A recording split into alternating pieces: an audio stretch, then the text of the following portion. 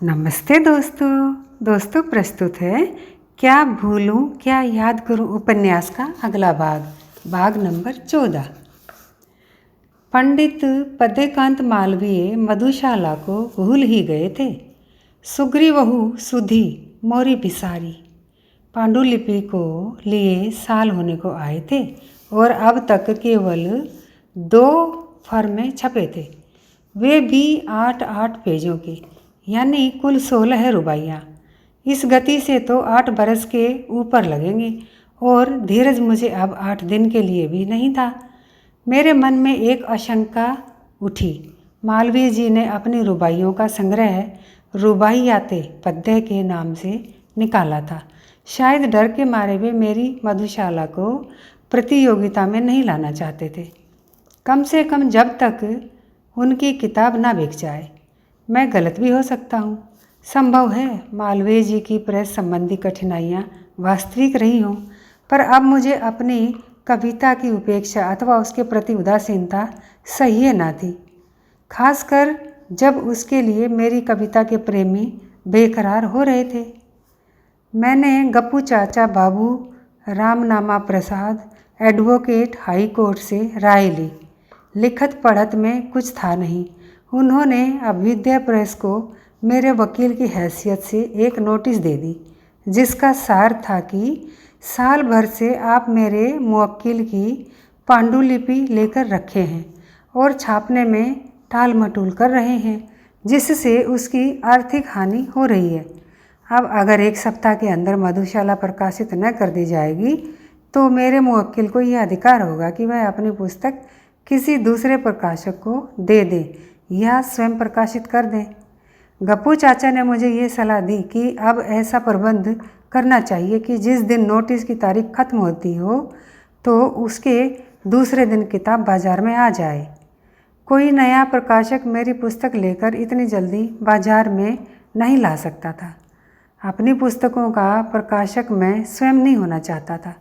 लेखक का स्वयं प्रकाशक होना मैं उस समय भी गलत समझता था, आज भी समझता हूँ, पर इस परिस्थिति में स्वयं प्रकाशक बनने के अतिरिक्त कोई चारा न था। उन दिनों कागज़ उधार किस्तों पर मिल जाता था, छपाई भी होती थी। मैंने तय किया कि अब से रात वाली ट्यूशन से जो रुपए मिलेंगे वे कागज़ छपाई की किस्तों पर जाएंगे। छोटे से छोटे साइज में और केवल 1000 प्रतियां छापने की योजना बनाई। प्रकाशन संस्था का नाम सुषमा निकुंज रख दिया। स्वामित्व पिताजी के नाम कर दिया।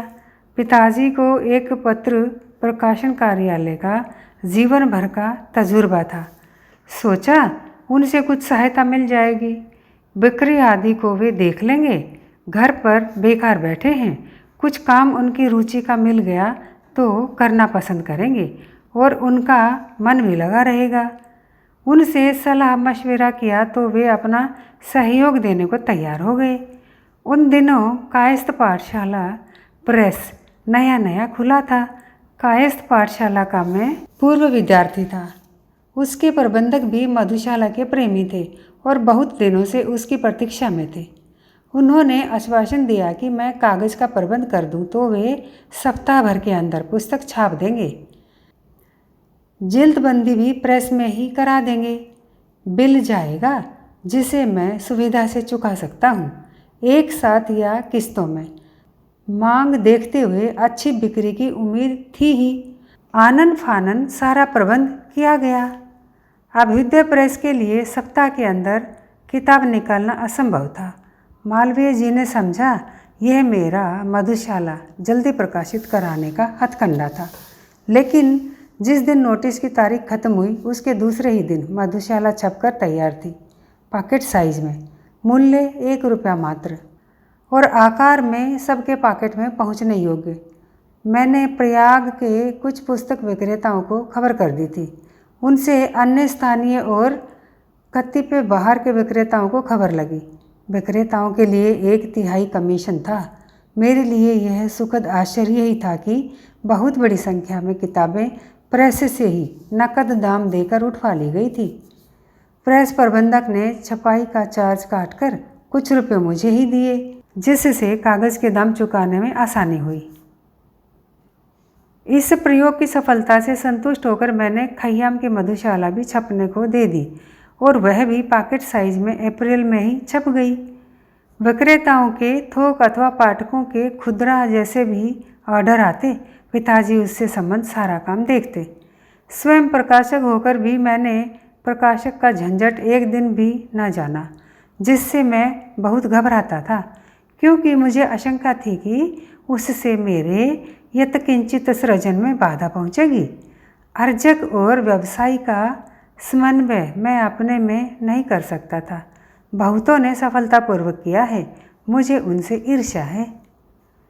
विवाह मध्यवित्त परिवारों में भावनात्मक से अधिक व्यवहारिक समस्या है। कोई 2 रोटी पोकर खिलाए, प्रस्तावों की कमी नहीं थी। छोटे भाई ने दूसरी शादी कर ली, बांदा में ही, जहाँ उनकी पहली शादी हुई थी। उनकी बदली इलाहाबाद हो गई। बैंक का काम करते थे, हिसाब किताब में वे माहिर थे। सुषमा निकुंज का भी हिसाब रखने लगे। पिताजी का हाथ बटा। अप्रैल के अंत अथवा मई के आरंभ में इंदौर में अखिल भारतीय हिंदी साहित्य सम्मेलन का वार्षिकोत्सव होने वाला था। सबसे बड़ा आकर्षण ये था कि गांधी जी उसका सभापतित्व करने वाले थे। मेरा मन कुछ परिवर्तन के लिए भी व्यग्र था। मैंने इंदौर जाने का कार्यक्रम बना लिया। श्यामा को साथ के लिए नई देवरानी मिल गई थी। यात्रा की एक तस्वीर न जाने क्यों मन में स्पष्ट। 3रे दर्जे के डिब्बे में बैठा था। महादेवी जी और नवीन जी उसी डिब्बे में थे। महादेवी जी एक बेंच पर सो रही थी और नवीन जी उनके सिरहाने बैठे प्रेम से उनके मुंह पर पंखा झल रहे थे। हम लोग एक दिन को खंडवा रुके थे। माखनलाल चतुर्वेदी ने सबको अपने यहाँ ठहराया था। संध्या को एक हॉल में कवि सम्मेलन हुआ था, जिसमें महादेवी जी, नवीन जी और मैंने कविता पढ़ी थी। उस सम्मेलन के बहुत से चित्र मन पर हैं। मंच पर महाराजा यशवंतराव होलकर और धन कुबेर हुकमचंद सेठ के बीच अधिक नहीं तो समान गरिमा से बैठा एक नंगा फकीर इंदौर की रियासत में गांधी जी के आगमन का सर्वप्रथम अवसर था। सुबह वे किसी सड़क पर घूमने जाते थे और आधी रात से लोग उन्हें देखने के लिए किनारे के बंगलों में आ बैठते थे। सम्मेलन के किसी सत्र में पंडित राम नरेश त्रिपाठी ने ग्राम गीतों के महत्व की ओर ध्यान आकर्षित किया था। शायद गांधी जी भी उसमें मौजूद थे। त्रिपाठी जी ने हिरनी हिरना वाला गीत सुनाया था, पर उनको गाना नहीं आता था। ग्राम गीत गांव की लय ध्वनि में न गाया जाए, केवल पढ़कर सुना दिया जाए तो उसकी हत्या हो जाती है। त्रिपाठी जी ने उस मार्मिक गीत की हत्या की थी उस दिन। मैं सभा में उपस्थित था। मेरे तो जी में आ रहा था कि उछलकर मंच पर पहुंच जाऊं और स्वयं गाकर सुनाऊं उसे। वह गीत ठेठ ग्रामीण लय स्वर में गाया जाए तो दिल को हिला सकता है। मैंने उसे किसी ग्रामीण स्त्री से सुना था और हूबहू शायद उसी की धुन में आज भी गा सकता हूँ। ग्राम गीत ग्राम वातावरण की भी अपेक्षा करते हैं। शहर में जैसे उसका कंठ पूरी तरह खुल नहीं पाता था। उसी वर्ष पंडित दुलारे लाल भार्गव को दुलारे दोहावली पर प्रथम देव पुरस्कार मिला था। उसी समय के पुरस्कारों में धनराशि की दृष्टि से वह सबसे बड़ा पुरस्कार था। 2000 रुपये का। मंगला प्रसाद पुरस्कार 1200 रुपये का था। दुलारे लाल जी अपनी एक तस्वीर कोट टाई में छपाकर सम्मेलन में वितरण करवाने के लिए ले गए थे। उनके नीचे छपा था, हिंदी के प्रथम नोबेल पुरस्कार देव पुरस्कार विजेता महाकवि पंडित दुलारे लाल भार्गव। जहाँ साहित्यकार लोग ठहराए गए थे, वहाँ हंसी मजाक चुहल व्यंग्य का भी खूब खुला वातावरण था। किसी ने वितरण से पूर्व भार्गव जी का संदूक खोलकर तस्वीरों का बंडल निकाल लिया था और भार्गव जी का खूब मजाक उड़ाया गया था। विशेष स्मृति कवि सम्मेलन की है। शायद महादेवी जी ने सभानेत्री का आसन ग्रहण किया था। पिछले वर्ष दिल्ली में तो उन्होंने किया ही था। कानपुर से खड़ी बोली में कविता लिखने वाले कवियों का एक पूरा दल आया था। नवीन जी कानपुरिये होकर भी उन सबसे भिन्न थे। सियाराम शरण गुप्त भी कविता सुनाने आए थे। तकली भी चलाते जाते थे, कविता भी सुनाते जाते थे। बीच में भूल गए और दब दब दब दब कर हकलाने लगे। जनता किसी को क्षमा नहीं करती, उन्हें उठाना पड़ा। कविता पाठ की सरस्वती उनको सिद्ध न थी। कविता अच्छी करते थे पर नीरस, जैसे उनके एक हाथ की चुटकी में दबी कपास। नीरस विशद गुण में भल जासू, दिनेश नंदिनी चोरडा को, जो बाद को डालमिया हुई, तभी देखा था। राजस्थानी पोशाक में ताम्रवर्णी स्वस्थ यौवन का गठा शरीर, तब उनके गद्य काव्य की धूम थी। पंडित अनूप शर्मा अनूप बातचीत करते समय विदूषक, पर कविता पढ़ते समय नर शार्दूल हो जाते थे। वे अपना कविता पढ़ते नहीं थे, दहाड़ते थे। मधुशाला इंदौर की जनता के सामने पहली बार आई थी। लोग झूम झूम उठे थे। बहुत से तो शायद मधुशाला का अर्थ भी नहीं समझते थे। एक किस्सा दूसरे दिन मैंने सुना था। किसी ने किसी सेठ से पूछा, शायद गिरधर शर्मा नवरत्न ने, सेठ जी मधुशाला शू छे? सेठ ने उत्तर दिया, मधुशाला कोई अपनी कांग्रेस, हिंदू सभा, मंदिर, मुस्लिम लीग, मस्जिद। किसी ने गांधी जी से शिकायत कर दी थी कि जिस सम्मेलन के आप सभापति हो उसमें मदिरा का गुणगान किया जाए। बड़े आश्चर्य की बात है। दूसरे दिन अंतरंग सभा की बैठक थी। रात के 12 बजे थे। गांधी जी ने 11:55 पर मुझे सभा हाल के बगल वाले कमरे में मिलने को बुलवाया। लोगों को मांगने पर भी गांधी जी से मिलने का समय नहीं मिलता था। मुझे बुलवाने की खुशी थी, डर भी। अगर कह दे कि मधुशाला न पढ़ा करूं या नष्ट कर दूं, तो उनकी आज्ञा को टालना कैसे संभव होगा। गांधी जी ने शिकायत की चर्चा की और कुछ पद सुनने चाहे। कुछ सतर्कता मैंने भी बरती। चुन चुन कर ऐसी रुबाइयाँ सुनाई जिनके संकेतार्थ शायद उन्हें सहज ग्राह्य होते। 2 की मुझे याद है। मदिरा ले जाने को घर से चलता है पीने वाला, किस पथ से जाऊं असमंजस में है भोला भाला। अलग अलग पथ बतलाते सब, पर मैं यह बतलाता हूँ, राह पकड़ तू एक चला चल पा जाएगा मधुशाला। मुसलमान ओ हिंदू हैं 2, एक मगर उनका प्याला, एक मगर उनका मदिरालय, एक मगर उनकी हाला। दोनों रहते एक न जब तक मंदिर मस्जिद में जाते, पैर बढ़ाते मंदिर मस्जिद मेल कराती मधुशाला। इसमें तो मदिरा का गुणगान नहीं है। उनसे यह सुन और उनके द्वारा बक्सा जाकर मैं भागा। उनको भी समय नहीं था। शरीर से गांधी जी के इतने निकट बैठने का मेरा पहला और अंतिम अवसर था। लोगों ने मेरी मधुशाला के पद पद पर हर्ष प्रकट कर वाह वाह करके ताली बजा बजा करके मुझे सिर पर उठा लिया था। पर जब मैं अपने कमरे में आया तो मेरा मन बड़ा उदास हो गया। कविता पाठ के बाद उदासी का यह अनुभव मुझे अब भी होता है। बहुतों के साथ होने के बाद अकेले होने पर मेरा अकेलापन मुझे अखरने लगता है। शायद मेरी कविता से मेरी ही कुछ यादें, भावनाएं जगती हों जो मुझे अज्ञात बेचैन करने लगती हों। कविता पाठ करते समय पहले मुझे अक्सर लगता था कि कोई दूसरा सुना रहा है और मैं सुन रहा हूँ और उससे मैं स्वयं प्रभावित हो रहा हूँ। यानी मैं वक्ता श्रोता साथ साथ हूँ, अपने ही में हूँ। मैं साकी पीने वाला मधुशाला। फिर भी वह शायद अपने एकाकीपन के अनुभव की ही अभिव्यक्ति है। किसी रहस्यवादी सत्य की नहीं। सत्य हो भी तो वह मेरे चेतन का नहीं। कविता में चेतन केवल एक स्तर पर काम करता है, उसके अवचेतन अति चेतन के भी स्तर होते हैं।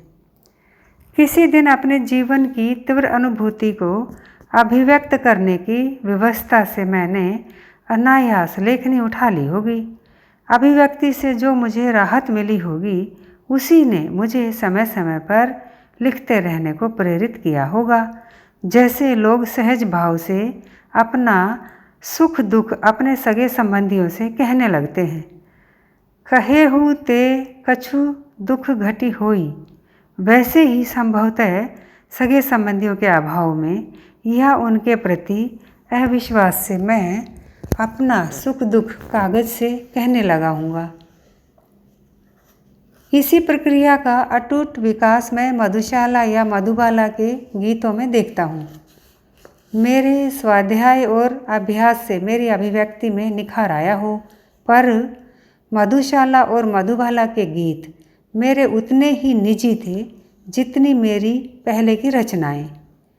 जिस सहज प्रतिक्रिया से मेरे कुछ निकटस्थ मित्रों ने उन्हें कविता कहा होगा, उसी सहज प्रतिक्रिया से मेरे मन में उन्हें प्रकाश में लाने की बात उठी होगी।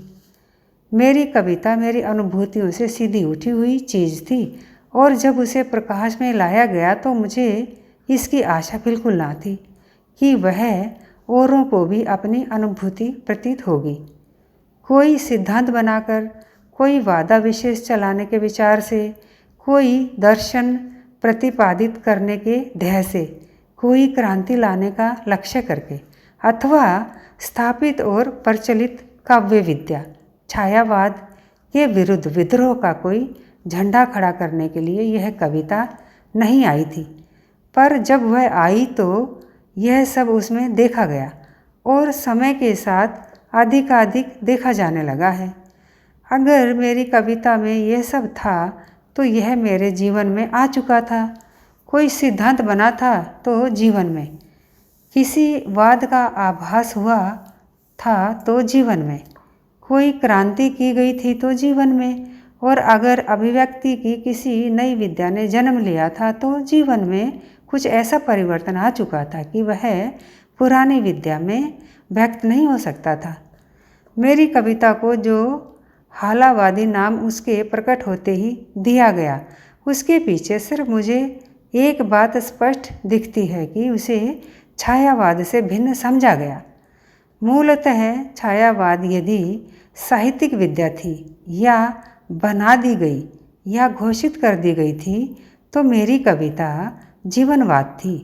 जिए भोगे जीवन की सीधी अभिव्यक्ति और जीने भोगने में आए परिवर्तन के अनुरूप परिवर्तित, वही संक्षेप में उसकी नवीनता थी।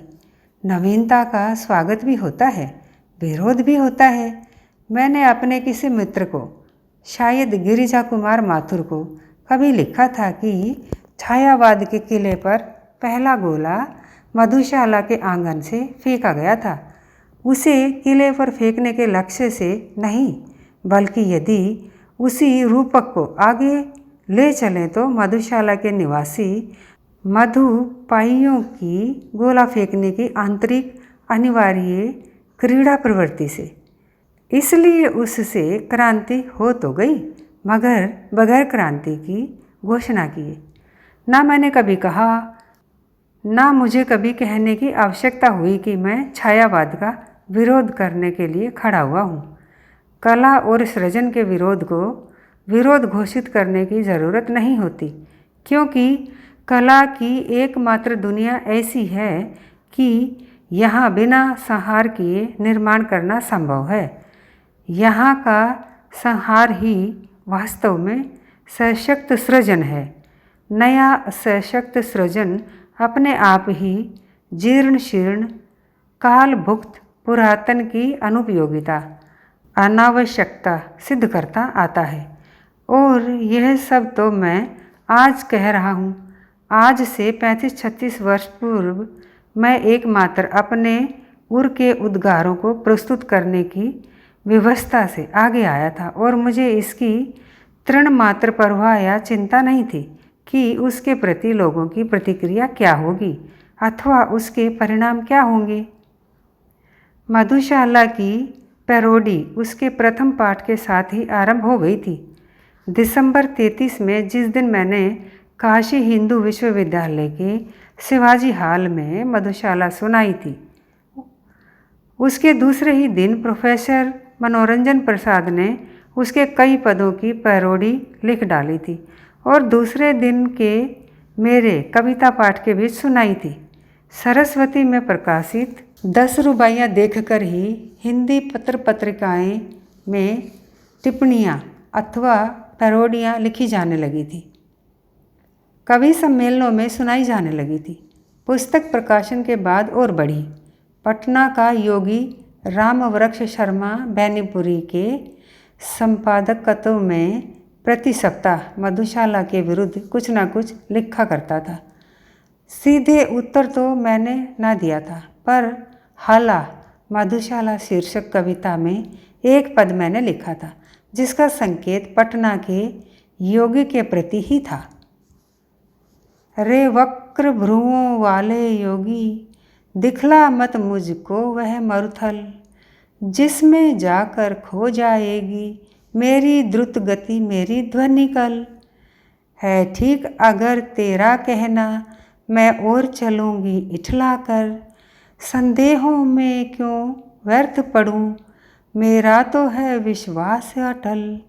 मैं जिस जड़ मरु में पहुँचूँगी, कर दूँगी उसको जीवन में। उल्लास चपल उन्माद तरल, प्रतिपल पागल मेरा परिचय। बेनीपुरी ने तो यहाँ तक धमकी दी थी कि अगर बच्चन बिहार में पाँव रखेगा तो मैं उसको गोली मार दूँगा। कुछ महीने बाद मुजफ्फरपुर से मेरे लिए एक कवि सम्मेलन का निमंत्रण आया। श्यामा ने कहा, बिहार न जाओ, बेनीपुरी तुमका गोली मार देई हैं।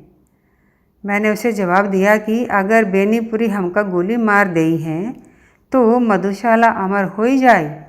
मैं मुजफ्फरपुर गया था, पर वहाँ गोली मारने के लिए बेनीपुरी नहीं थे। बाद को तो बेनीपुरी मेरे बड़े अच्छे मित्र हो गए थे। अभ्युदय में मधुशाला के विरुद्ध जो लेख आदि निकले उनको समझा जा सकता है, ना निकलते तभी आश्चर्य होता। श्यामा नहीं चाहती थी कि मैं किसी को किसी तरह की सफाई या उत्तर दूं, मैं बस कविता लिखता जाऊं। मुक्त जी से कुछ लेखों के विरुद्ध लेखनी उठाई तो मैंने उनको रोका।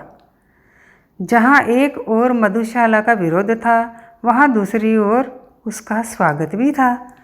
मधुशाला लोग खरीद रहे थे, इसका सबूत तो मेरे पास ही था। पढ़ रहे थे, गा रहे थे, सुना रहे थे। कवि सम्मेलनों में लोग उसे सुनकर पागल हो जाते थे और मेरे लिए भी यह कम आश्चर्य की बात न थी कि लोग उसमें क्या पाते हैं जो सुनकर विभोर हो जाते हैं। किसी भी नए लेखक के लिए शुरू से ही इतनी प्रशंसा उसका सिर फिरा देने के लिए पर्याप्त थी, उसके साहित्यिक विकास की बाधा बन सकती थी। इसे मैं अपना सौभाग्य और अपने लिए वरदान ही मानता हूँ कि न मैंने विरोधों पर मुंह फुलाया और न वाहवाहियों पर फूलकर कुप्पा हुआ। करे कोई निंदा दिन रात, सुयस का पीछे कोई ढाल, किए कानों को अपने बंद, रही बुलबुल डालों पर बोल। सुरा पी मधु पी कर मधुपान। मेरे हृदय के अंदर एक जोरदार स्रोत फूट पड़ा था और उससे उमह जो एक प्रबल धार बह चली थी, उसके विरोध या पक्ष में जो कागजी कार्रवाइयाँ हो रही थी, उनकी परवाह उसे कितनी थी, शायद वह इन पंक्तियों में सबसे अच्छी तरह व्यक्त हो सकता है। हूँ आज प्रवाहित मैं ऐसे, जैसे कवि के हृदयोद्गार, तुम रोक नहीं सकते मुझको, कर नहीं सकोगे मुझे पार। यह अपनी कागज की नावें तट पर बांधो, आगे न बढ़ो, ये तुम्हें डुबा देंगी गलकर, हे श्वेत केशधर कर्णाधार। बह सकता जो मेरी गति से, पा सकता वह मेरा आश्रय। उल्लास चपल उन्माद तरल, प्रतिपल पागल मेरा परिचय। श्यामा प्रतिवर्ष गर्मी आते आते ज्वरग्रस्त हो जाती और उसका बुखार तभी टूटता था जब जाड़ा पड़ने लगता था। सुबह पराए वह ज्वर मुक्त होती और जैसे जैसे दिन चढ़ने लगता उसका बुखार धीमे धीमे बढ़ने लगता। बहुत ऊंचे भी न जाता, बस यही 101 के करीब, 102 के ऊपर कभी नहीं। वह दुर्बल और कुछ पीली पड़ जाती, कुछ उसका वजन भी घट जाता और उसका उपचार मंद शय के आधार पर होता।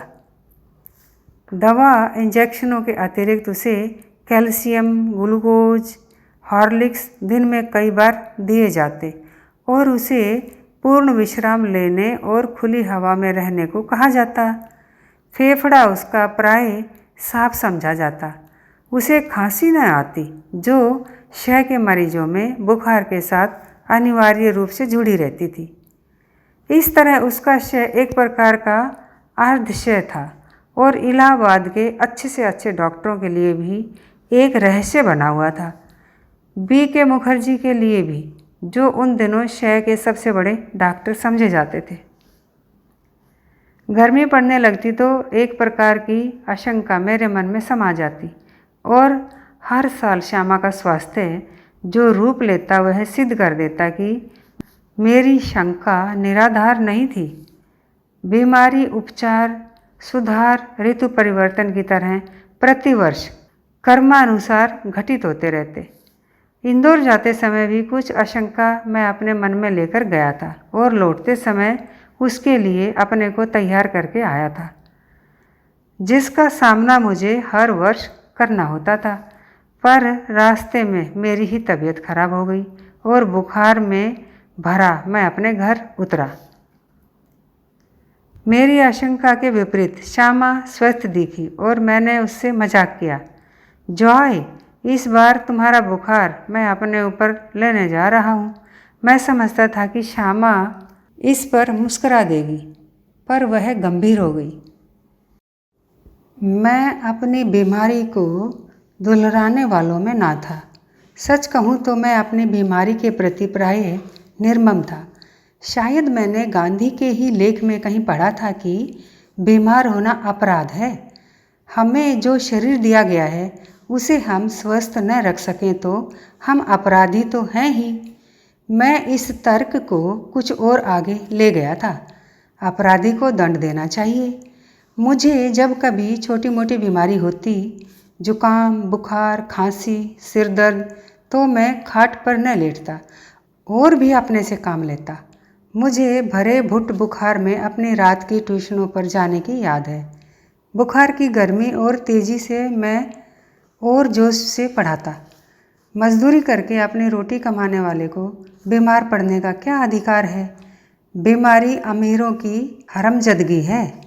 गरीबों को उसे अपने पीछे न लगाना चाहिए। लिखने में तो ऊंचा बुखार मुझे सब तरह से सहायक, प्रेरक और प्रोत्साहक लगता। एक तरह की आग जिससे मेरी अनुभूतियों में ताप आता, जिसमें गल पिघल कर मेरा हृदय ढलता। एक तरह की भट्टी जो मेरे विचार, भाव, कल्पनाओं को उबाल देकर उच्छलित करती। यह तो मैं नहीं कहूँगा कि बुखार में मैं अदबदा कर लिखता था, पर अगर मैं लिखना चाहता तो बुखार मेरे लिए कोई बाधा नहीं बन सकता था। हल्के बुखार में तो मेरे सब काम हस्ब मामूल होते रहते थे। कोई मेरा बदन छूकर कभी कहता था कि तुझे तो बुखार है, तो मैं पट से जवाब देता था कि कभी कभी उसे बुखार में भी काम करना पड़ता है, और जब वह बुखार में होता था तो और अच्छी कहानियाँ लिखता था। बुखार में कम लिखने की मुझे याद नहीं। वह कैसा बन पड़ा इसका निर्णय मैं न देना चाहूँगा। प्रसंगवश मुझे याद आ गया है कि अपनी दो चट्टाने की दो सबसे बड़ी कविताएं, सार्त्र के नोबेल पुरस्कार ठुकरा देने पर और दो चट्टानें अथवा सिसिफस, बरक्स, हनुमान, मैंने प्लूरिसी में पढ़े पढ़े लिखी थी। बहरहाल जब मैं अपनी जवानी पर था, बीमारी मुझे पराजित न करती थी। मैं ही अपनी जिद से बीमारी को पराजित कर देता था। बुखार सुखार आखिर कितने दिन चलता। विश्राम तिवारी कहा करते थे, मार के आगे भूत भाग गई। मैंने अपने प्रयोग से सिद्ध किया था, काम के आगे बुखार भागे। यह बुखार मामूली ना था। इसका संबंध उस तूफान से था जो पिछले 9 महीने से मुझे झकझोर रहा था और जो शांत होने से पूर्व सबसे अधिक विध्वंसक झटका मुझको दे गया था। स्कूल बंद था, ट्यूशनों पर मैं जाता था। उनकी आमदनी की मुझे ज़रूरत थी। किताबों की बिक्री अभी नियमित नहीं थी। कर्ज सिर पर चढ़े थे। बुखार 10 दिन चला, 20 दिन चला, महीने भर चला, 2 महीने चला, जुलाई आ गई। अब बुखार के साथ ट्यूशन पर ही जाना ना होता, दिन भर स्कूल में पढ़ाना भी पड़ता। बुखार का नमूना वही, सुबह बिल्कुल नहीं, शाम को 101-102 डिग्री के बीच। कमजोरी दिन दिन बढ़ती हुई, कभी कभी धीमी खांसी। दवा शौकिया दवा बाटू एक होम्योपैथी कर रहा था। कभी कभी सोचता, क्या मुझे तपेदिक हो गया है? हो गया हो तो एलोपैथी का इलाज तो अपने बूते के बाहर है। क्या उस समय मेरी जिह्वा पर सरस्वती बैठी थी जब मैंने कहा था कि श्यामा का बुखार मैं लेने जा रहा हूँ? बैठी हो तो कितना अच्छा है। क्या मैं बीमार हूँ इसलिए श्यामा स्वस्थ है, जिसने पिछले 6 वर्षों से इन महीनों में ज्वर मुक्ति नहीं जानी है? पर श्यामा को मेरी बीमारी भीतर ही भीतर खाई जा रही थी। उसने अपने इच्छा बल से जैसे अपने को स्वस्थ कर लिया था कि वह भी कहीं मेरी चिंता न बन जाए। उसके अतिरिक्त मेरी बीमारी का शायद किसी को पता भी न था, क्योंकि सारे काम तो मैं सामान्य रूप से किए ही जा रहा था। गर्मी में तो सभी थोड़े बहुत दुबले हो जाते हैं। एक दिन उसने मुझसे कहा कि मैं डॉक्टर बी के मुखर्जी से अपनी परीक्षा कराऊं। मैंने टाल मटोल की तो उसने ब्रह्मास्त्र छोड़ दिया। मैं जब तक अपने को डॉक्टर को न दिखाऊंगा वह खाना नहीं खाएगी। ब्रह्मास्त्र तो मानना ही था। डॉक्टर मुखर्जी को भय था कि मुझ पर क्षय का आक्रमण हुआ है। नुस्खा उन्होंने लिख दिया और कुछ दिन चिंता मुक्त होकर पूरी तरह आराम करने को कहा। नुस्खा मुझे मौत का परवाना लगा। क्या मेरी विदा का समय आ गया? क्या इतने ही दिनों के लिए आया था? इतना ही गाने गुनगुनाने, केवल इतना श्रम संघर्ष करने, इतने दुख संकट उठाने, स्वागत के ही साथ विदा की होती देखी तैयारी बंद लगी होने खुलते ही मेरी जीवन मधुशाला। क्या मैंने अपनी भविष्यवाणी स्वयं कर दी थी? सबसे मर्मवेदी प्रश्न था, क्या श्यामा के भाग्य में वैधव्य भी लिखा है? मरने से मुझे डर नहीं था, वह मुझे कठिन भी नहीं लगा। कठिन लगा मरने के पहले जीना। पूरे आराम के अर्थ होंगे ट्यूशनें छोड़ दूं, स्कूल से छुट्टी ले लूं, ज़्यादा लूं तो बगैर तनख्वाह के लेने को तैयार हूँ। फिर घर का खर्च कैसे चलेगा? शालिग्राम केवल अपनी तनख्वाह के बल पर घर नहीं चला सकते। कल उनकी बदली हो सकती है, तब वे 1 पैसा भी घर भेजने की स्थिति में ना होंगे। महंगी महंगी दवाएं कहाँ से आएंगी? किताबों से आमदनी अनियमित और अनिश्चित है। कर्ज भी अदा करने को कम नहीं है। श्यामा ने मेरी बीमारी सुनी तो कांप उठी, पर तुरंत संभल भी गई, दृढ़ भी हो गई। जैसे उसने पल भर में अनुभव कर लिया कि उसका कांपना मैं सहन नहीं कर सकूंगा। इस खबर से मेरे माता पिता को लकवा सा मार गया। पिताजी धैर्यवान व्यक्ति थे। उन्होंने मुझसे कहा, घबराओ नहीं, हम घर बेचकर तुम्हारा इलाज करेंगे। शालिग्राम असमर्थता की एक उसास लेकर रह गए। मैंने कुछ दिनों को ट्यूशनों और स्कूल से छुट्टी ले ली। किताबों की बिक्री से कुछ रुपए पड़े थे, उनसे दवाएं मंगा ली और चारपाई पर लेट गया। श्यामा सेवा साकार हो गई। डॉक्टर ने निश्चित होकर आराम लेने के लिए कहा था। जब बहुत कुछ करने को रहता था, चिंता के लिए समय ही कहाँ था।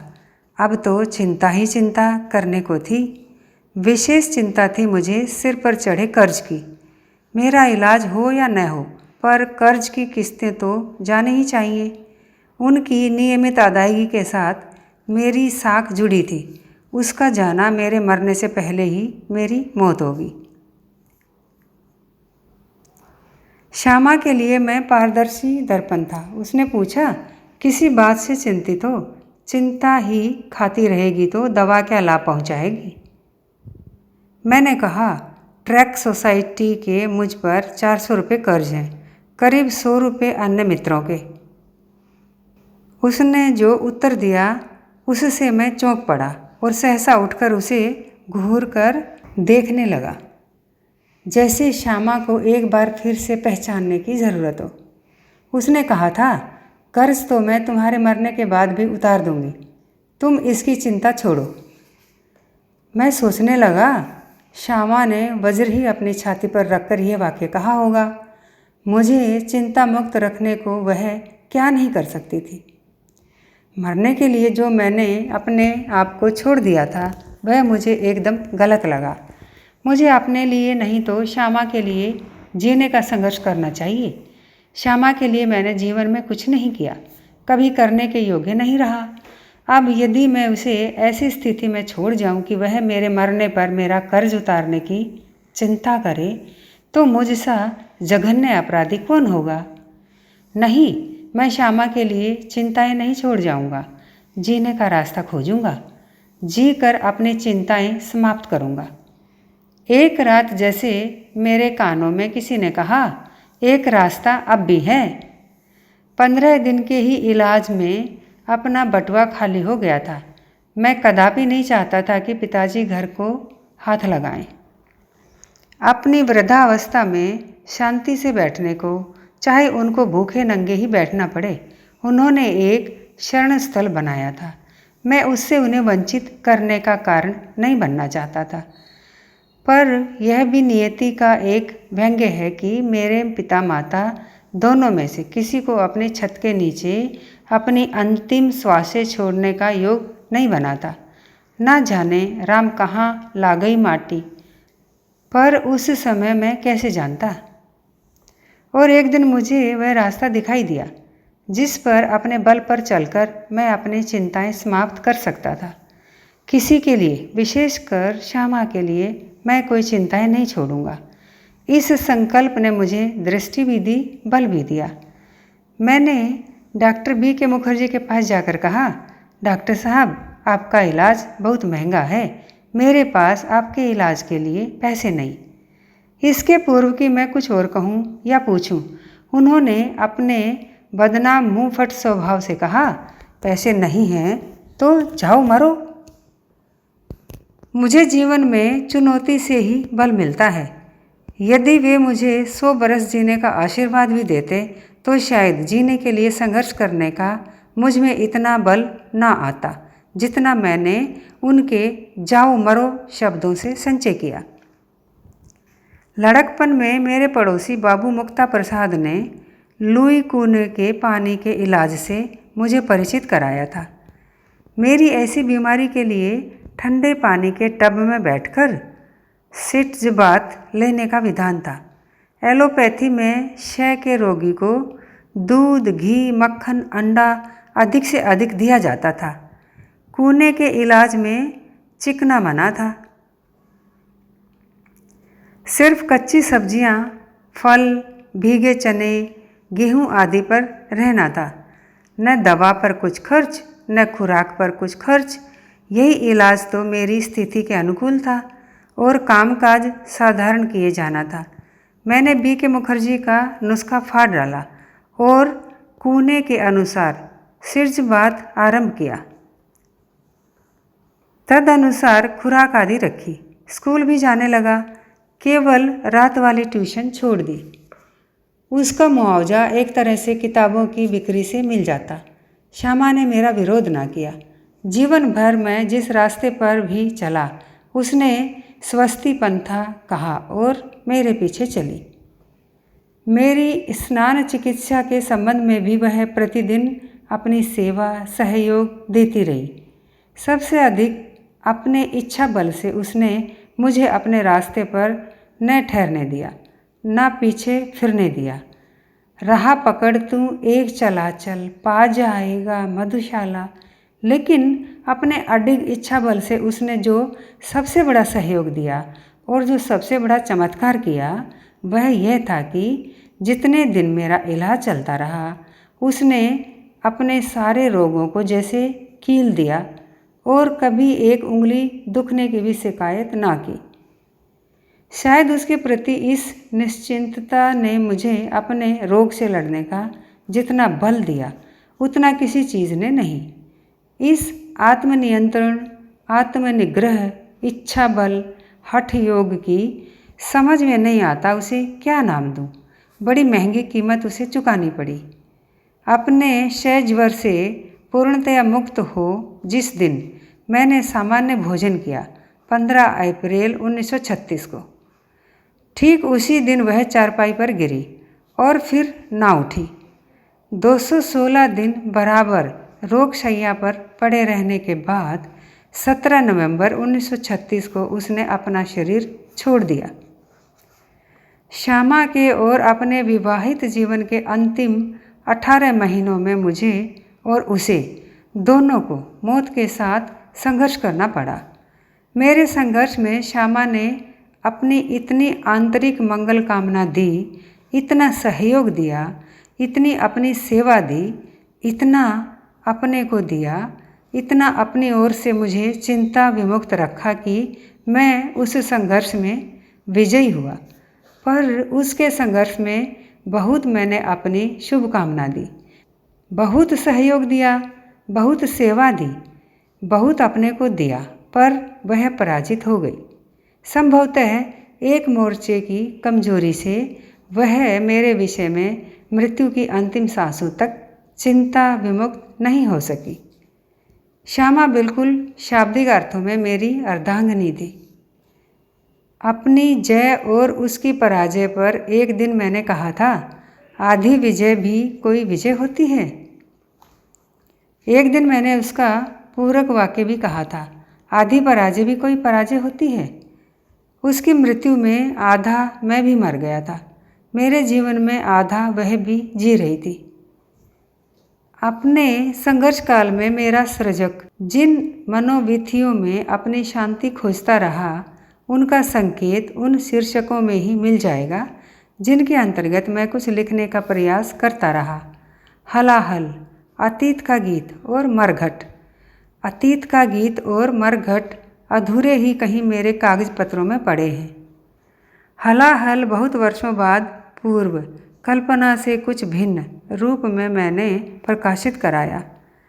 संपूर्ण मरण से मनुष्य इतना घबराता है कि कल्पित अमृतत्व में भी कुछ सांत्वना का अनुभव करता है। हलाहल का अमृतत्व दार्शनिक के तर्कों पर नहीं, कलाकार के तर्कों पर आधारित है। पर उस काल की सबसे मार्मिक उपलब्धि मैं क्यों कहूँ, अभिव्यक्ति संभवतः इस पार उस पार है जो दिसंबर 1935 में लिखी गई थी, जब मैं अपनी रुग्णावस्था में ही जापानी कवि योन नोगुची के स्वागत में आयोजित उत्सव में कलकत्ता गया था। इस पार प्रिय मधु है तुम हो, उस पार न जाने क्या होगा। यहाँ एक प्रकार से मरणासन का विधा गीत और उस अज्ञात के प्रति जिज्ञासा है जहाँ उसे जाना है। जा रहा था मैं, चली गई श्यामा। क्यों? हलाहल लिखते हुए मैंने एक कल्पना की थी, पर बहुत संभव है वह सत्य हो। उस गीत ने श्यामा के मर्म को निश्चय भेदा होगा और जिसके बारे में मुझे जिज्ञासा है उसके पास मुझसे पूर्व पहुंचने की उसने कामना की होगी। पर उसकी अपनी या अलग से कोई कामना नहीं हो सकती थी। वहाँ वह पहले गई थी तो मेरी ही जिज्ञासा को शांत करने के लिए। उठा करता था मन में प्रश्न कि जाने क्या होगा उस पार। निवारण करने में संदेह मजहबी पोथे थे बेकार। चले तुम पूछा है किस ओर, कहा बस तुमने एक जबान। तुम्हें थी जिसकी खोज तलाश, उसी का करने अनुसंधान। मैंने यह विदा का गीत दूसरों के लिए लिखा था, और इससे बड़ा व्यंग्य क्या होगा कि मुझे ही यह दूसरों से सुनने को मिले। अंत का इतना था विश्वास, विधा का लिख डाला था गीत। कलेजे को हाथों से थाम सुना करते थे मन के मीत। गए वे तो तज मेरा साथ, मगर यह गीत लगा है संग। ध्वनित हो बहु कंठों से आज, किया करता है मुझ पर व्यंग्य। पर इस व्यंग्य को झेलने के लिए मैं हूँ कहाँ। जिसने इस पार उस पार लिखा था, मेरे कवि का वह रूप न जाने कब मर चुका है। शायद वह उसी आधे में था जो श्यामा की मृत्यु के समय उसके साथ ही चला गया था। श्यामा के अंतिम दिनों के विषय में मेरे दो मित्रों श्री प्रफुल्ल चंद्र ओझा मुक्त और श्री राजनाथ पांडे ने जिस आत्मीयता, सहानुभूति और मार्मिकता से लिखा है, उसे मैं अद्वितीय ही रहने देना चाहता हूँ। मेरे अतिरिक्त दो और कानों से जो प्रकाश उस पर पड़ा है, उससे शायद उसका चित्र अधिक स्पष्ट हुआ है। यहाँ जिन कुछ बातों को मैं स्मरण करना चाहता हूँ, वे इतनी निजी हैं कि वे किसी और की दृष्टि में आ ही नहीं सकती थी। श्यामा को फेफड़े का क्षय नहीं, अंतर्क्षय इंटेस्टाइनल टीबी थी, जिसे डॉक्टर लोग 6 वर्ष नहीं पहचान सके थे, और जब उन्होंने पहचाना तब वह लाइलाज हो चुका था। प्रयाग में लाभ न होते देख हम उसे पटना ले गए थे।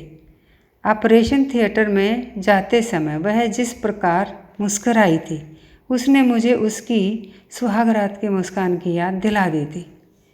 उसे आशा नहीं थी कि वह ऑपरेशन थिएटर से जिंदा निकलेगी।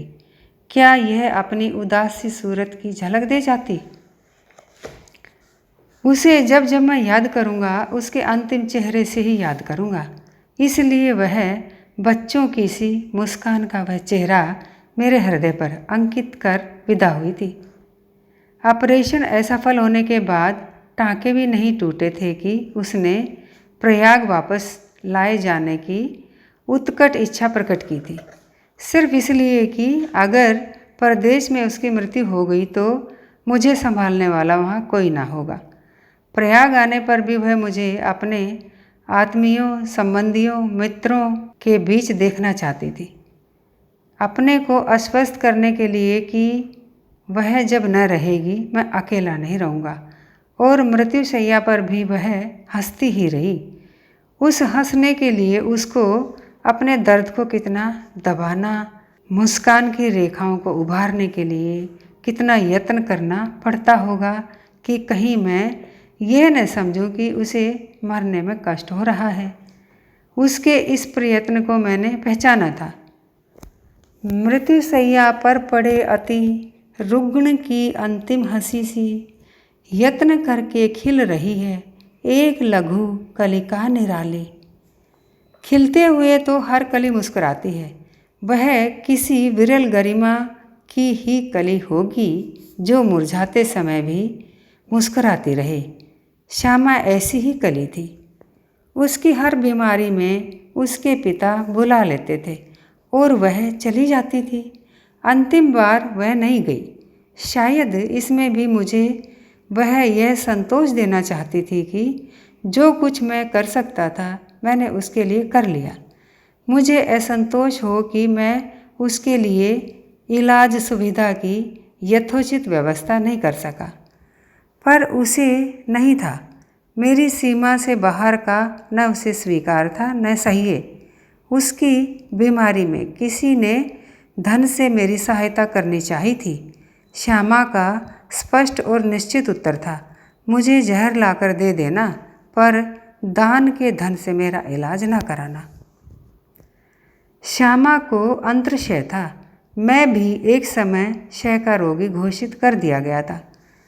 क्षय संक्रामक रोग है, विशेषकर उसके लिए अधिक संक्रामक सिद्ध हो सकता है जो किसी समय स्वयं क्षय का मरीज रह चुका हो। श्यामा जिस दिन से बीमार पड़ी, मैंने अपने ऊपर उसकी सेवा का भार लिया। रातों को उसकी खाट से खाट लगाकर सोता था। पता नहीं रात को किस समय वह किस काम के लिए मुझे जगाना चाहे। मुझे लोग आगाह भी करते थे कि मेरा श्यामा के इतने निकट रहना खतरे से खाली नहीं। श्यामा को भी यह मालूम था कि लोग मुझसे उसके बहुत नज़दीक रहने को मना करते हैं। एक दिन उसने मुझसे कहा, अगर मैं जानती कि मेरा रोग तुम्हें लग जाएगा तो मैं किसी जंगल बियाबान में जाकर मरना चाहती, तुम्हारी सेवा नहीं लेती। जो मेरे जीवन में शुभ सुंदर था वही मैंने तुमको दिया है। मैं अपना रोग तुम्हें नहीं दे सकती। पता नहीं उसके इस दृढ़ विश्वास का स्रोत क्या था। मुझे उसका संसर्ग संक्रामक नहीं सिद्ध हुआ। अंत में उसके संबंध में 2 मार्मिक बातें और कहना चाहूँगा। इसका उसे विश्वास था कि उसका मेरे जीवन में प्रथम स्थान है और उसे कोई ले नहीं सकता। वह उसी दिन से जान गई थी जिस दिन से मेरे जीवन में आई थी कि मुझे उसकी आवश्यकता है, कि वह मेरे लिए अनिवार्य है। मरने से उसे भय नहीं था। उसने जीने के लिए संघर्ष किया था तो मेरे लिए बची रहने को, पर वह देख रही थी कि वह दिन दिन मृत्यु के निकट जा रही है। उसने अपने बिना मेरी कल्पना की और विचलित हो उठी।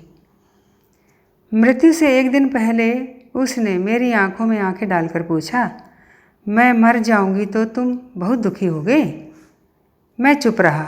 उसने कहा, मेरे मरने का बहुत दुख हो तो शादी कर लेना। और ठीक मृत्यु के दिन उसने मुझसे कहा था, मुझ पर कोई ऐसी रचना करना जिससे दुनिया के अंदर मेरी याद रहे। देश और काल की विराटता में मनुष्य कितना तुच्छ और नग्न है, यह मुझसे अधिक वह समझती थी। वह उसने अपनी याद बनाए रखने के लिए नहीं कहा था इसलिए कि वह न रहे तो मुझे अपने सूनेपन, अपने खालीपन को भुलाने के लिए कुछ रहे। सृजन से अधिक डुबाने वाला कुछ नहीं। इस घटना पर आरती और अंगारे में एक कविता है, 43वीं। वह मुझे बहुत निकट से ही नहीं, बहुत दूर तक देख गई थी। मैंने श्यामा को जब पहले दिन देखा था तब भी वह मुझे सरलता साकार लगी थी। टेढ़ी दुनिया से कुछ अलग, कुछ घबराई, जैसे किसी को अपने को पूर्ण समर्पित कर निश्चिंत होने को आतुर। मैं तो शायद किसी भाग्य विधान से उसके सम्मुख आ गया था और मुझ में समा जाने के अतिरिक्त उसके लिए शायद कोई दूसरा विकल्प ना था। फलस्वरूप मुझ में जो भी परिवर्तन आया हो, मैं उसे अपने से अलग करके शायद ही कभी देख सका। वह तो जब मौत धीरे धीरे उसे मेरे पास से दूर खींचने लगी, तब मैं उसकी विवाह के प्रति सचेत हुआ। शायद नियति ने मुझे इसलिए सचेत किया था कि जब वह मुझसे दूर चली जाए तब मैं इससे अचेत न रह सकूं कि मैंने क्या खो दिया है। इसके विषय में मेरे पास कहने को बहुत है, पर मैं जानता हूं कि कितना भी कहकर ना मुझे तृप्ति होगी ना उसके प्रति न्याय होगा। कोई मुझसे एक वाक्य उसके विषय में जानना चाहे तो मैं क्या कहूँ। ऐसे सूत्र की मुझे बहुत दिनों से खोज थी। शायद मैं उसे कभी भी न पाता यदि राजू भाई ने मेरा संस्मरण लिखते हुए यह वाक्य न लिख दिया होता। भाभी तो मानो स्वाति की एक दुर्लभ बूंद थी जो लहरों के थपेड़ों से परेशान हो एक सीप में समा गई थी, और उस सीप को जब उसके नियति नियोजित मरजीवे सीपी के धीवर के हाथ न संभाल सके तो वहाँ से बिछलते ही मानस के महाकाल ने उसे उद्ध्वस्त कर लिया। प्रणय पत्रिका के अंतिम के पूर्व गीत में ये पंक्तियाँ हैं।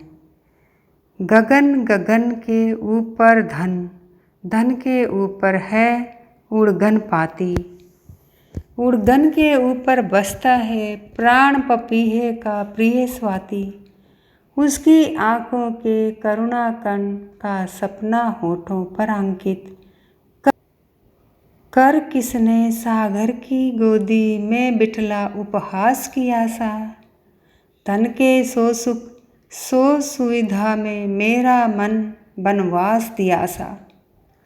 क्या इन पंक्तियों में अनजाने मैं श्यामा को ठीक उस रूप में नहीं देख रहा था जिसमें वह राजू भाई की आंखों में पिछले 30 से अधिक वर्षों से बसी थी। सृजन के क्षण जीवन को जिस गहराई जिस ऊंचाई से देखते हैं वह सृजक के लिए भी आज्ञेय और आश्चर्य का विषय है। मैं स्वयं नहीं जानता था कि इन पंक्तियों में मेरी कल्पना ने श्यामा का ही यत्किंचित स्पर्श प्राप्त कर लिया था। श्यामा की रुग्णावस्था मेरे भोक्ता के लिए ही नहीं, मेरे सतृष्टा के लिए भी उद्विग्नतापूर्ण थी। मधुबाला जनवरी 1936 में सुषमा निकुंज से ही निकल चुकी थी। खय्याम की मधुशाला और मधुशाला के सामने पॉकेट साइज में अब एक के बजाय दो दो कृतियाँ थीं जिस पर मेरे विरोधी कलम और जबान चला सकते थे। किसी संयमी सिद्ध की दृष्टि से मेरी कविता वासनालय थी तो किसी उत्कट आशावादी की दृष्टि में मेरी कविता निराशावादी। कोई मुझ पर अंकरण में पलायनी होने का अभियोग लगाता था तो कोई निष्क्रिय भाग्यवादी होने का, कोई मुझे कुमार्गगामी कहता था तो कोई मुझे पथभ्रष्ट, और मैं भी किसी को बख्शने की मनस्थिति में न था। मेरे जीवन की तीव्र अनुभूतियों और संघर्षों ने मुझे इतना भावप्रवण सेंसिटिव बना दिया था कि इन संकीर्ण कट्टरपंथी और प्राय ईर्ष्या द्वेष प्रेरित आलोचकों के आरोप भी मुझे प्रत्युत्तर में गीत अथवा कविता लिखने को उकसा जाते थे। कवि की वासना, कवि की निराशा, कवि का उपहास और पथभ्रष्ट श्यामा की रोगशैया के निकट ही लिखे गए थे। साथ ही अदृश्य और दृश्य संसार ने भी जो चुनौतियाँ मुझे दी थी उनका सामना करने के लिए मुझे अपनी शब्द शक्ति से अपने बल साहस और संकल्प के प्रति सचेत और विश्वासी बनना था। कवि का गीत, लहरों का निमंत्रण, मांझी आदि रचनाएं भी उसी समय लिखी गई। आज है अस्थिर गगन, अस्थिर सलील तल हो रहा है, किंतु अस्थिर हो न मांझी धैर्य अपना खो रहा है। झेलने को इस बड़े तूफान के झोंके झकोरे, मानवी संपूर्ण साहस वक्ष बीज संजो रहा है। अवनी अंबर की तराजू सामने रख दी गई है, क्यों न तोलूं आज अपनी शक्ति इस पर गर्व से घर। धूलि में नभ क्या इसी से बांध दूं मैं नाव तट पर। श्यामा के देहावसान के बाद इन सब कविताओं का संग्रह मधु कलश के नाम से प्रकाशित हुआ, जिसे मैंने श्यामा की स्मृति में विश्व वृक्ष की डाल में बांध दिया, जैसे मृतकों के लिए घंट बांधा जाता है। कल्पना मधुशाला में ही जन्म ले चुकी थी। घंट बंधे अंगूर लता में, मध्य न जल हो पर हाला। श्यामा के जीवन मरण संघर्ष में उसके सानिध्य में बिताया समय बहुत गंभीर था। ऐसा अनुभव होता था कि मैं जीवन की एक विभाजन रेखा की ओर बढ़ रहा हूँ और मन कभी पीछे देखता था, कभी आगे। अंतिम श्वासों तक आशा रखने और उपचार किए जाने के निश्चय के बावजूद कहीं मन ने ये स्वीकार भी कर लिया था कि एक दिन श्यामा शव मात्र रह जाने वाली है, मुझे छोड़कर चली जाने वाली है। जिस अवस्था से आदमी को सयाना समझा जाता है, यानी बालिग कहे जाने की उम्र से लेकर अब तक के अभी मेरी उम्र 2 की दहाई पर ही गिनी जाती थी। पिछले 12 वर्षों से जिन अनुभवों से मैं गुजरा था वे हर्षोन्मादक, हृदय विदारक और उनके बीच की न जाने कितनी स्थितियों के थे। मेरे सुकुमार, भावुक, भावना प्रवण हृदय ने सबको झेला था, सहेजा था, सबसे प्रभाव, प्रेरणा ग्रहण की थी। उन प्रथम तरुणाई के ताजे दिनों में मन उन्माद अवसाद का विभेद करता ही कहाँ था। उसे आकर्षित करती थी जीवंतता, गतिशीलता, नवीनता, तीव्रता, तीक्ष्णता, रंगीनी, रसभीनी, रस, चाहे छलकते जाम में हो, चाहे छल छलाती आँखों में। प्रिय अप्रिय के वर्गीकरण से दूर जो भी प्राणवान था वह प्राणों में रसा बसा था। शायद काल के स्वाभाविक गतिक्रम में भी ऐसी तरुणाई बिला जाती है। मैं जैसे तैसे श्यामा को शव कर देने वाली रेखा के निकट पहुंच रहा था, वैसे वैसे यह तरुणाई मुझसे विदा होती जा रही थी। जो कुछ रग रेशे में गर्म रक्त बनकर दौड़ता था वह जैसे दिमाग की ठंडी शिरा में मीठी कड़वी याद बनकर रेंगने लगा था। और एक दिन जब उसका शव मेरी गोद में आ गिरा तो सारी पिछली यादों के अतिरिक्त घटनाएं रहती भी किस रूप में हैं। अंधकार में डूब गई। मैं भी अंधकार में डूब गया। कुछ पता नहीं था कहाँ को जा रहा हूँ, कुछ पता नहीं था कहाँ से आ रहा हूँ। नहीं, कुछ पता चलता था। अभी वे प्रतिध्वनियाँ इतनी मंदमौन ना हुई थी कि जिनको मैंने अपना मधुगान समझा था, पर अब उन्हें सुनने को मैं रुकना नहीं चाहता था। मैं अंधकार की ही ओर मुँह किए चला जा रहा था, दूर मंदतर होती अपने अतीत की प्रतिध्वनियों से, दूर धुंधली से और धुंधली होती अपने विगत की प्रति छायाओं से। निरुद्देश्य नहीं, यही मैं अपनी जीवन यात्रा में कभी नहीं हो पाया। शायद अपने को अधिक स्पष्ट करने के लिए अपने से ही मैंने पूछा था, मुँह क्यों आज तम की ओर? और मैंने ही उत्तर दिया था, कालिमा से पूर्ण पथ पर चल रहा हूँ मैं निरंतर, चाहता हूँ देखना मैं इस तिमिर का छोर। ज्योति की नीपियाँ अपरिमित कर चुका संसार संचित, पर छिपाए हैं बहुत कुछ सत्य यह तम घोर। और इस घोर तम के अंदर छिपे बहुत कुछ सत्य को भी मैंने देखा। आप उसे देखना चाहेंगे?